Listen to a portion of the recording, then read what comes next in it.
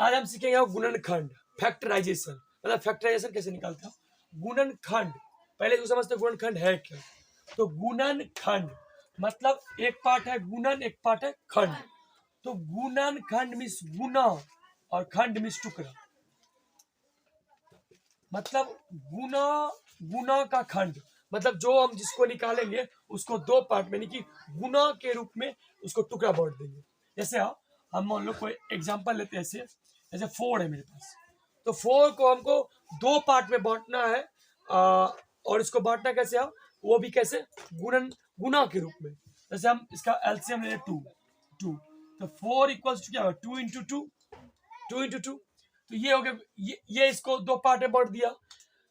अब जनरली ये सब तो हमको पता है। हम सीखेंगे जो यहाँ हम सीखेंगे चर और अचर, उसका गुणनखंड सीखेंगे हम।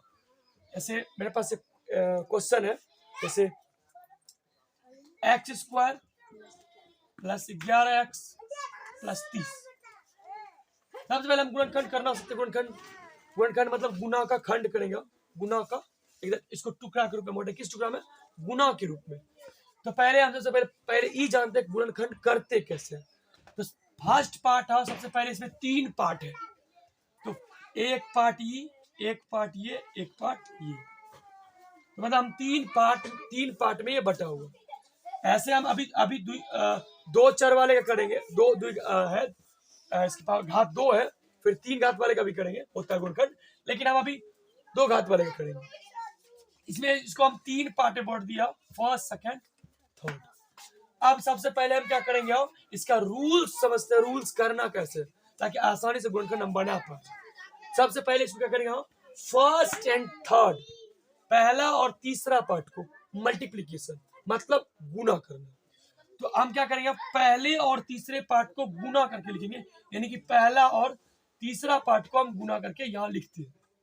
तो पहला और तीसरा पार्ट को जब गुना करेंगे तो एक्स स्क्वायर इंटू 30, यानी कि 30x स्क्वायर, ये गुना करके आ गया, ये तो हो गया। अब पहला सबसे पहला जो रूल है इसका कि यही है कि पहले और तीसरे को गुना कर दीजिए, जो गुना करके आया उसको रहने देते हैं।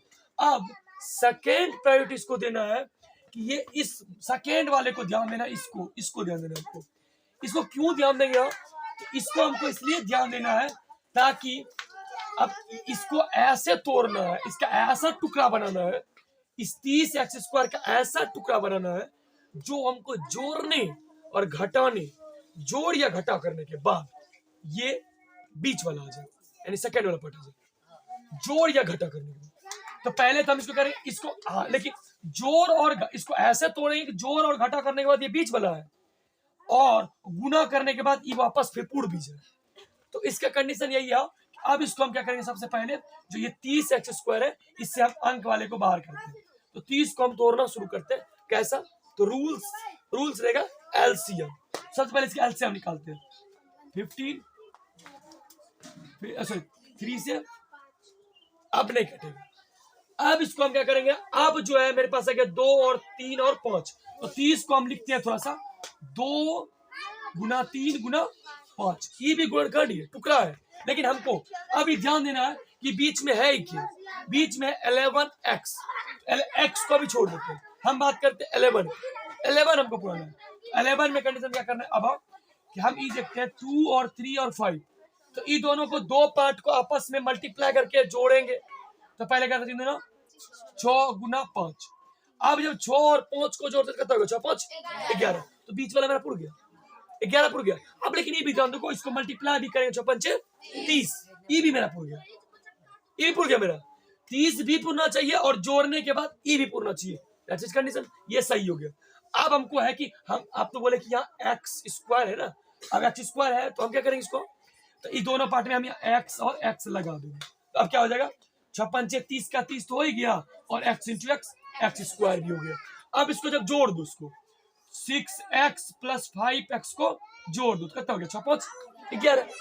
तो जोड़ने के बाद ये भी पुर गया, उसी संख्या गुना करने के बाद 30 भी पुर गया। अब जिसको जोड़ने के बाद पूरा, उसको एज इट इज यहाँ लिखेंगे, क्या लिखेंगे, एक्स स्क्वायर किसके जगह पे लिखेंगे, इस 11 के जगह पे। 11 कैसे आया मेरा, 11 आया मेरा 6x प्लस 5x प्लस 30 आ गया।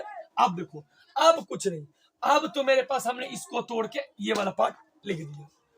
अब जब ये लिख दिया, अब इसमें हम दो पार्ट इसको बांट देंगे, दो पार्ट में बांट देंगे। तो दो पार्ट, एक पार्ट ये, एक पार्ट ये, दो पार्ट हो गया। अब इस दोनों पार्ट में कॉमन क्या आ रहा है, कॉमन क्या आ रहा है। अब देखो हम एक समझते हैं बट कॉमन मीन्स क्या। कॉमन मीन्स, कॉमन जैसे देखो, कॉमन का मतलब होता है कि इससे उस संख्या को निकालना है, उस संख्या को निकालना जो दोनों में मौजूद है, जो दोनों में कॉमन आ रहा है। तो इसका मतलब थोड़ा सा ऐसे समझते हो, जैसे मान लो हम बोले 4 है और 6 है, तो इसमें से हमको कॉमन निकालना है। कौन कॉमन, कॉमन मीन्स होता है जिसको जो निकालना है तुमको कॉमन। कॉमन क्या निकालना, मान लो इसे 2 कॉमन निकालना है, 2 यदि कॉमन निकालना है तुमको, इससे इसे 2 कॉमन निकालना है। इसका मतलब ये है इसके दो से इसमें भाग दे दो, दो कॉमन निकालना है, क्या करेंगे, इसमें 2 से भाग दे देंगे दोनों में। कितना आ गया, 2 और 3, मतलब कॉमन ऐसे आप लेके लिख देंगे, तो 2 बाहर आ गया, फिर मल्टीप्लाई करेंगे तो वही आ जाएगा। अब हमको यही वही करना है इस क्वेश्चन में, तो इस क्वेश्चन में वही करेंगे। अब इसको हम क्या करेंगे, इसका हम क्या करेंगे, गुना करेंगे और कॉमन लेंगे। तो दोनों में क्या, यहाँ एक्स स्क्वायर मतलब एक्स इंटू एक्स, 2 बार एक्स है, यहाँ 6 इंटू एक्स, 1 बार एक्स है, तो एक बार तो यहाँ भी एक्स है, एक बार यहाँ भी एक्स है, तो दोनों एक्स में से क्या करेंगे, एक एक्स को बाहर कर लेते हैं। हम एक एक्स को बाहर कर लेते हैं, तो फिर क्या बचा, यहाँ 1 एक्स मेरे पास बचा। अब हम इसको, और यहाँ जब 1 एक्स निकाल ही लिए तो बचा क्या, 6। अब इसमें फिर अब सेकेंड पार्ट में ही देखते हैं, तो हम ही देख रहे हैं कि यहाँ एक्स तो कॉमन आ नहीं रहा है, क्योंकि यहाँ 5x है, यहाँ पे एक्स तो है ही नहीं, कॉमन तो आ नहीं रहा है। अब हम फिर दूसरे पार्ट में देखते हैं, डिजिट को कॉमन लेते हैं। डिजिट देखते हैं कि ये 5 के टेबल 5 इसमें भी है और ये 30 है, तो इसमें 5 इसमें भी है।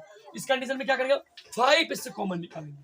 तो 5 जब कॉमन निकालना, 5 कॉमन निकालने का मतलब है 5 से उसको डिवाइड करना।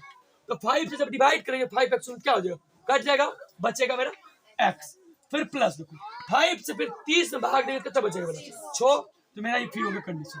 अब कहता है, अब यहाँ तक तो हम आ गए। अब सेकेंड, जब पहले हमने इस पार्ट के बाद क्या करेगा, ई भी देखना, गुणनखंड में ई भी ध्यान देना है। गुणनखंड तभी मेरा सही होगा कि ये दोनों पार्ट फिर वापस कॉमन आना चाहिए, मतलब कॉमन तभी आएगा जब दोनों बराबर होगा। तो इस कंडीशन में देखो मेरा x + 6 और x + 6 दोनों में आ गया। अब इन दोनों से क्या करेंगे, x + 6 को बाहर करेंगे। x + 6 को जब बाहर करेंगे, x + 6 को बाहर करेंगे तो गुना में क्या था, x, तो बचा यहाँ x और यहाँ क्या बचा मेरा 5। अब देखो ई आ गया मेरा आंसर, ये हो मेरा फैक्टराइजेशन।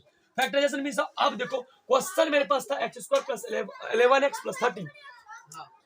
अब ये दोनों को, इसको देखो, ई क्या हो गया कि अब जो मेरा ई था, ई क्वेश्चन बदल किसमें गया, 2 गो बदल गया गुना का टुकड़ा के रूप में। इसको बोलते हैं हम गुणनखंड। अब गुणनखंड का तरीका यही है कि पहले हम 3 पार्ट में उसको कर देते हैं, बांट देते हैं, फिर पहले और तीसरे पार्ट को हम क्या करते हैं, मल्टीप्लाई करते हैं।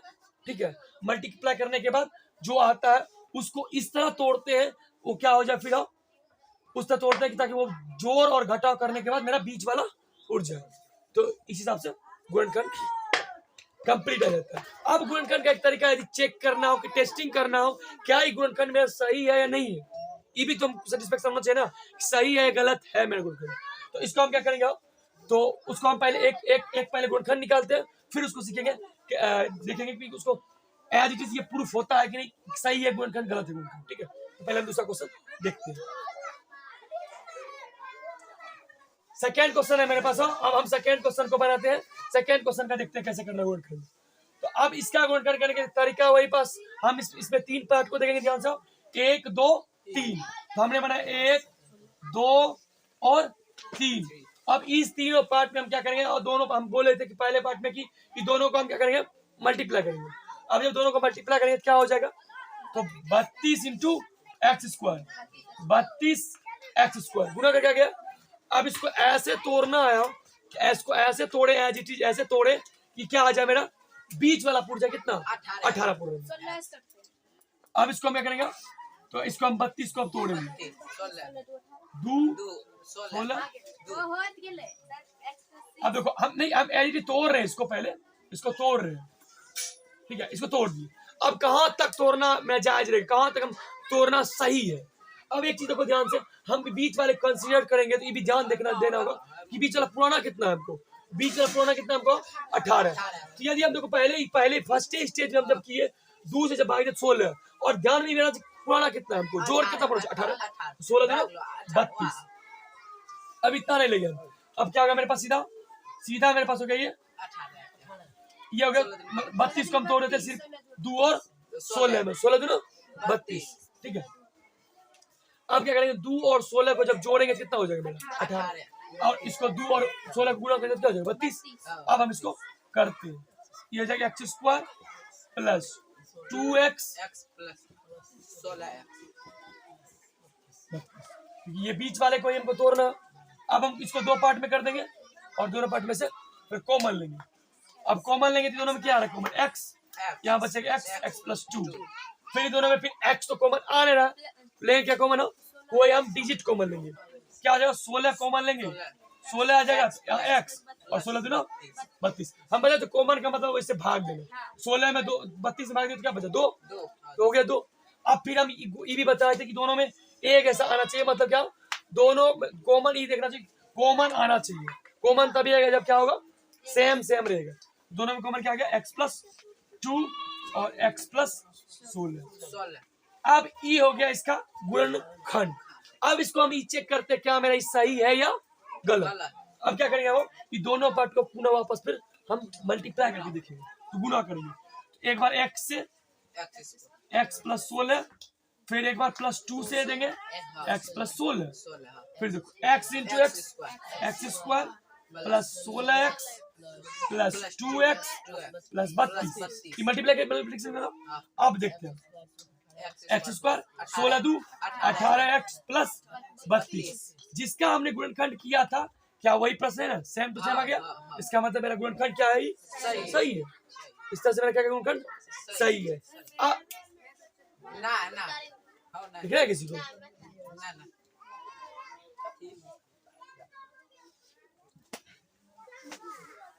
अब माइनस बोलेंगे तब समझेंगे।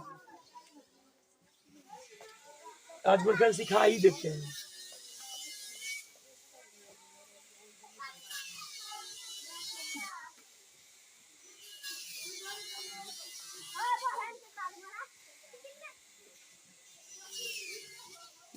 अभी मेरे पास तीसरा क्वेश्चन है x square minus 4x plus 3 तो रूल मेरा क्या है वही रूल चलेगा पहला को तीसरे से थर्ड पार्ट से मल्टीप्लाई करना 1 2 3 पार्ट हो गया तो पहला दूसरा और तीसरा। अब ये जरूरत नहीं लिखना मतलब हम एक मतलब बता रहे किसको किसको क्या कर रहे हैं तो पहले और तीसरे को मल्टीप्लाई कर देंगे तो 3x square 3 into x square 3x square.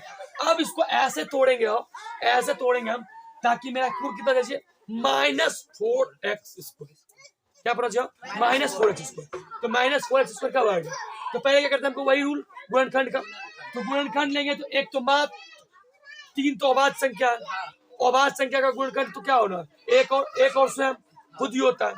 इसका मतलब 1 से इसका भाग देंगे 3 बार में तो मतलब 1 और 3 है।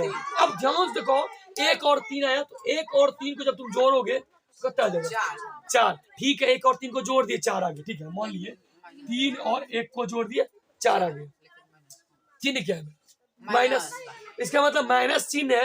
इसका मतलब माइनस तभी आएगा जब दोनों में माइनस लगा होगा तो क्या करेंगे। और एक चीज देखो हमको रिजल्ट भी क्या चाहिए प्लस में तो -3 -1 और -1 तो माइनस प्लस 3 इंटू 3।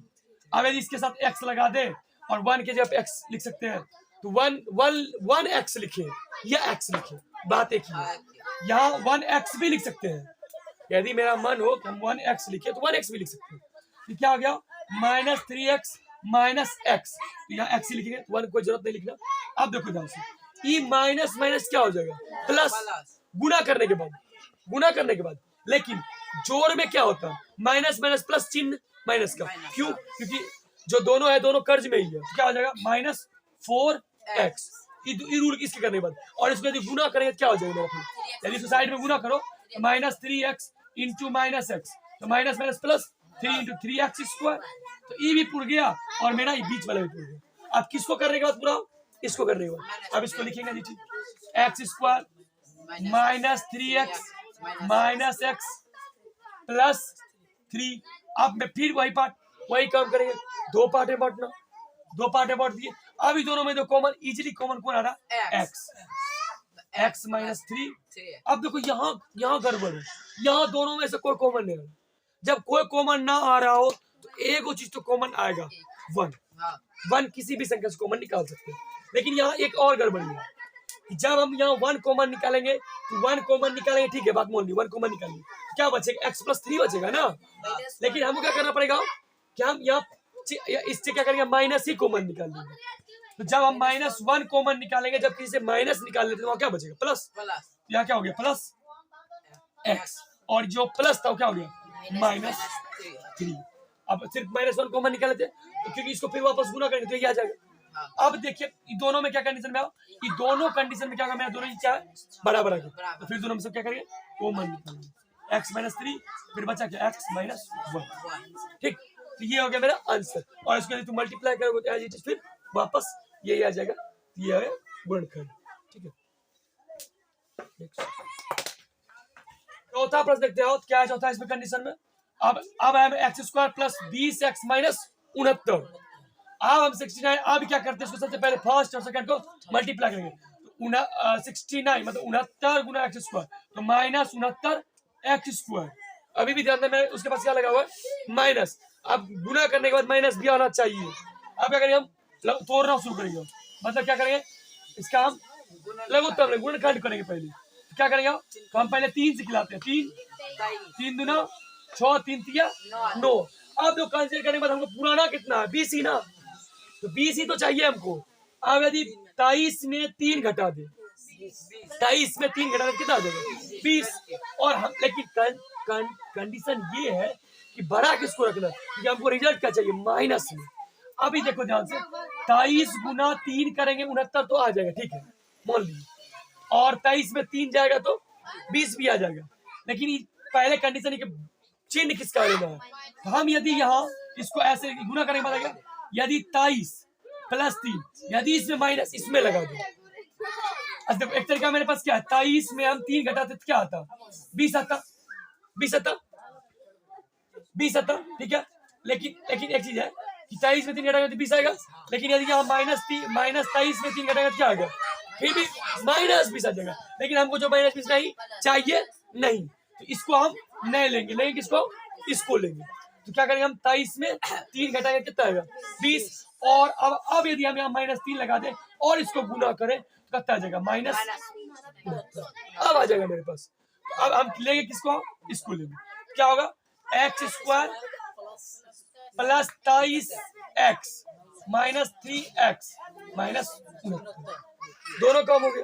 अब क्या करें? फिर वही कॉमन लेने, दोनों को कॉमन क्या? x plus 23। अब इस कंडीशन में देखो यहाँ x तो कॉमन आने रहा, x तो कॉमन आने रहा, तो कॉमन क्या आएगा? 3।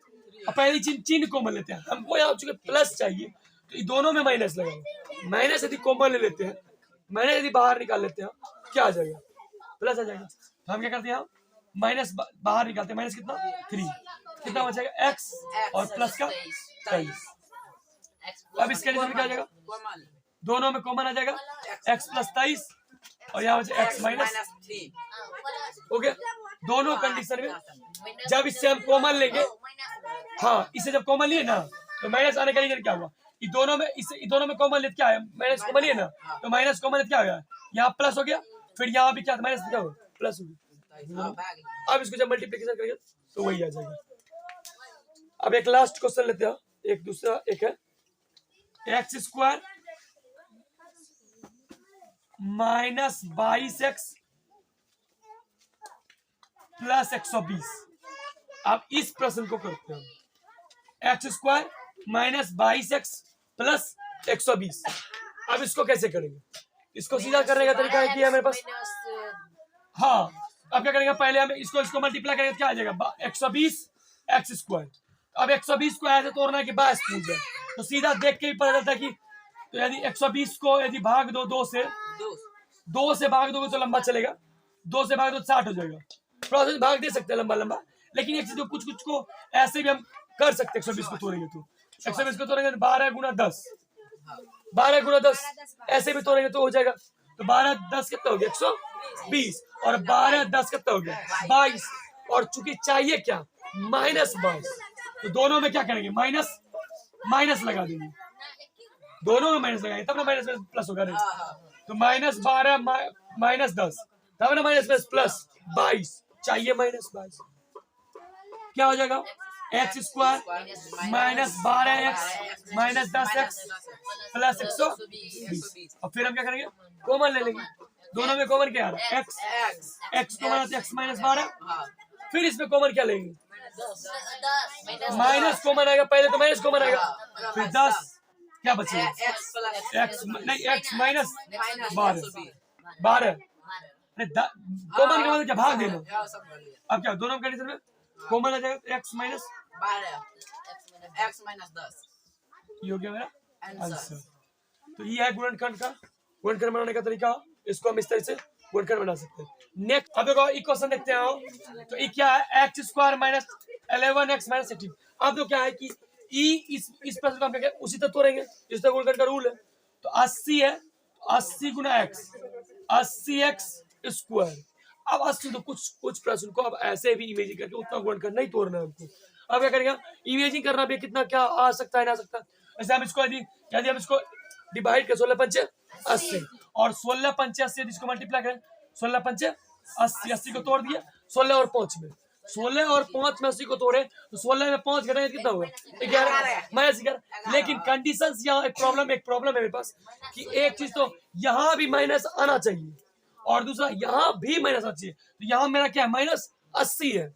अब क्या करेगा अब हम इस कंडीशन -16 प्लस 5 लेते हैं तो क्या आता है रिजल्ट -11 और यदि 16 पंचे 80 करते हैं तो प्लस माइनस -80 दोनों पूछ जाता है।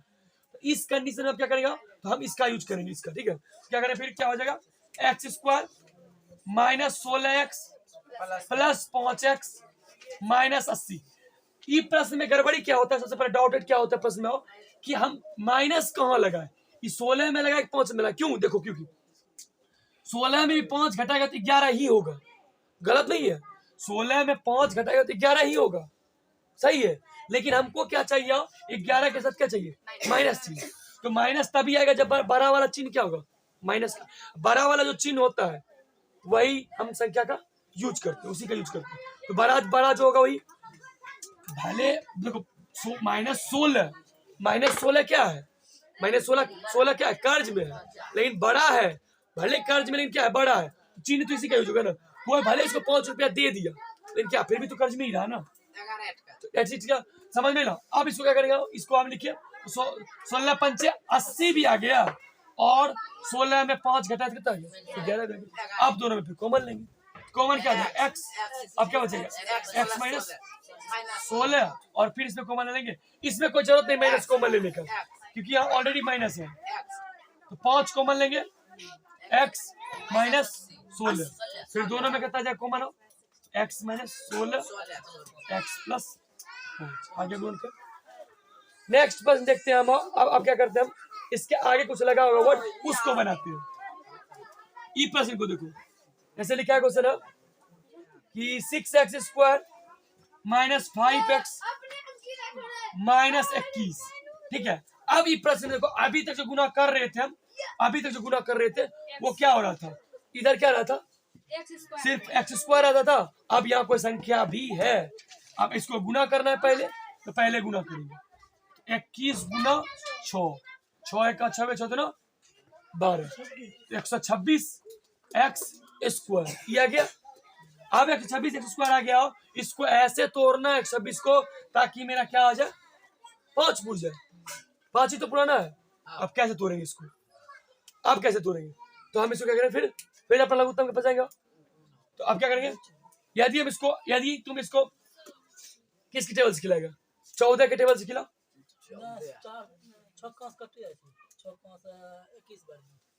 21 बार में 61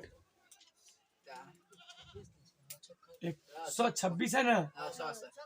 इसको यदि तुम 2 से कटाता कितना आएगा तो सिंपल प्रोसेस ऐसे इसका सॉरी 63 हुआ ना। इसको बनाना कैसे अब तो नहीं बना, अब इसको यही तरीका से हम बनाए कैसे 14 एक मिनट। अब देखो अब इसको कैसे करते हैं हम तो ये आया अब 3 से कितना आ जाएगा यहाँ, 2 और 21। देखो कैसे प्रोसेस में कैसे जा सकते हैं कि हम कैसे, अब मान लो 126 मेरे लिए बहुत बड़ी संख्या थी। अब यदि हमको याद है, जिसको याद है वो तो तोड़ लेगा, लेकिन इसको कैसे हम करें, इसका नहीं करेगा तो प्रोसेस में जाएंगे हम। फिर अब प्रोसेस में जाने के बाद ये आया, अब क्या करेंगे हम, अब इसमें क्या करेंगे हम, तो दूसरे अब फिर क्या करेंगे, फिर यहाँ से 3 से 7 बन। अब देखो यहाँ उड़ने के चांसेस बढ़ गए। अब तुम देखो ध्यान से आओ, तो 3 तिया 9, 7 दूना 14। अब देखो ध्यान से आओ, 14 गुना 9, 14 गुना 9 कितना हो गया, 126। और 14 में 9 गया कितना बचा, 5 आ गया। अब देखो अभी 126 को तोड़ना हमारे पास समझ में नहीं आ रहा था कि 14 का टेबल पढ़ेंगे तो आ जाएगा, हो सकता है टेबल ना उससे मेरी इंटरनेट आ जाए। अब दोनों में माइनस है, अब दोनों माइनस है तो सेम पर नहीं गया, दोनों में माइनस है तो उसी तरह करेंगे। तो बड़ा वाला चीज इसमें देंगे, छोटा वाला इसमें देंगे, और उसमें इसमें देंगे ही नहीं क्योंकि हमको घटाना है। अब क्या हो जाएगा, 16 14 में 5 14 में 9 कितना बचा, माइनस का 5, हमको माइनस 5 ही चाहिए। 14 9 126 हो गया, अब माइनस चाहिए था तो माइनस 126 आ गया। कितना हो गया, 6x square minus 14x plus का 9x माइनस 21। अब फिर कॉमन लेंगे। अब देखो यार कॉमन क्या आ रहा है, दोनों में कॉमन क्या आ रहा है, तो पहले तो 2 के टेबल से दोनों कट रहा है, 2 फिर x, यहाँ क्या बचा 3x माइनस 7, और फिर इससे कॉमन ले लो। अब यहाँ देखो दोनों में 3 के टेबल से कॉमन आ रहा है, 3x माइनस 7। अब देखो दोनों में हम बोले सेम सेम आना चाहिए, क्या हो गया common, 3x minus 7 2x plus 3, ठीक है। आगे मेरा गुणनखंड एज इट इज, गुणनखंड पूरा हो गया। अब ठीक है, अब ये हो गया। अब इसके बाद हम नेक्स्ट सीखेंगे रूट का गुणनखंड करना सीखेंगे, वो बाद में सीखेंगे, अभी तक यहाँ तक। तो इस गुणनखंड जो हम सीख रहे हो, मेन बेसिक पर्पस गुणनखंड का यही है कि गुणनखंड हम इस तरह सीख रहे हैं ताकि, वैसे जनरली स्टार्टिंग जो होता है 8 क्लास से, 8 9 10 11 12 जहां भी होता है गुणनखंड कहीं भी आ जाता है। अब उसको हम यदि एक अच्छे तरीके से प्रॉपर वे में गुणनखंड को सीख ले, हर एक क्लास में सीखने की जरूरत नहीं होगी, गुणनखंड एक अच्छे तरीके से प्रॉपर गुणनखंड सीखेंगे, ठीक है। हम लास्ट में इसको प्रोवाइड भी करा देंगे, क्वेश्चंस भी दे देंगे, तो इसको आप पूरा बना लीजिए, क्वेश्चन सॉल्व कर लीजिए।